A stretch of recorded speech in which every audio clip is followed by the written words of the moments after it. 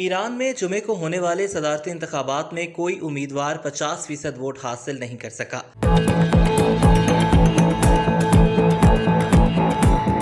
ایرانی وزارت داخلہ کے مطابق کسی امیدوار کو 50% سے زیادہ ووٹ نہ ملنے کے بعد 5 جولائی کو صدارتی الیکشنز کا دوسرا مرحلہ منعقد ہوگا۔ ایرانی وزارت داخلہ کے عہدیدار محسن اسلامی نے کہا کہ کوئی بھی امیدوار ووٹوں کی قطعی اکثریت حاصل نہیں کر سکا، اس لیے سب سے زیادہ ووٹ حاصل کرنے والے پہلے اور دوسرے امیدواروں کو 5 جولائی کو ہونے والے دوسرے راؤنڈ کے لیے گارڈین کونسل کو بھیجا جائے گا۔ ایرانی وزارت داخلہ کے جاری کردہ عارضی تنازع کے مطابق 2 کروڑ 40 لاکھ سے زائد ووٹوں کی گنتی کے بعد اعتدال پسند قانون ساز مسعود پزیشکیان 1 کروڑ 4 لاکھ ووٹوں کے ساتھ سخت گیر سفارتکار سعید جلیلی سے آگے ہیں، جن کے کل ووٹ 94 لاکھ سے زائد ہیں۔ ذرائع کے مطابق ایران کے تقریباً 40% رائے دہندگان نے ووٹ دیا، جو حکام کی توقع سے کم شرح ہے۔ ایران میں یہ انتخابات ایسے وقت میں ہوئے ہیں جب غزہ میں اسرائیل اور حماس اور لبنان میں حزب اللہ کے درمیان جھڑپوں کے باعث علاقائی کشیدگی اور ایران پر اس کے جوہری پروگرام کی وجہ سے مغربی دباؤ میں اضافہ ہوا ہے۔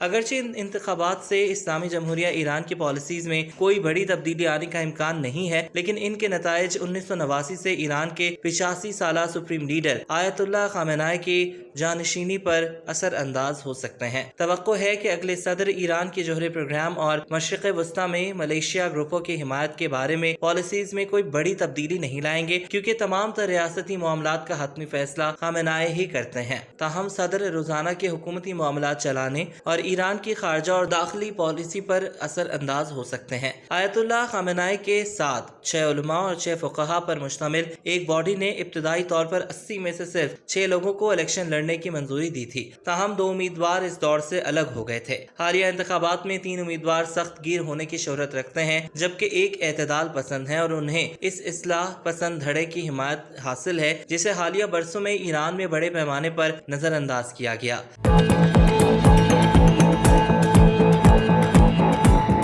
ایران کی مذہبی حکمرانی کے ناقدین نے کہا ہے کہ حالیہ برسوں میں کم ٹرن آؤٹ ظاہر کرتا ہے کہ اس نظام کی قانونی حیثیت ختم ہو چکی ہے۔ 2021 کے صدارتی انتخابات میں ٹرن آؤٹ 48% تھا۔ مارچ میں ہونے والے پارلیمانی انتخابات میں 41% لوگوں نے ووٹ ڈالے، جو کہ ریکارڈ کمی ہے۔ ایران کی تسنیم نیوز ایجنسی نے رپورٹ کیا کہ غیر مصدقہ اطلاعات کے مطابق انتخابات ممکنہ طور پر دوسرے راؤنڈ کی طرف جا رہے ہیں۔ اب تک کی گنتی کے مطابق رن آف میں جلیلی اور مسعود پزیشکیان کا مقابلہ ہوگا۔ صدارتی انتخابات کے دوران اگر کوئی بھی امیدوار خالی ووٹوں سمیت ڈالے گئے تمام ووٹوں کا کم از کم 50% ووٹ حاصل نہیں کرتا تو نتائج کے اعلان کے بعد پہلے جمعے کو سب سے زیادہ ووٹ حاصل کرنے والے 2 امیدواروں کے درمیان مقابلہ ہوتا ہے۔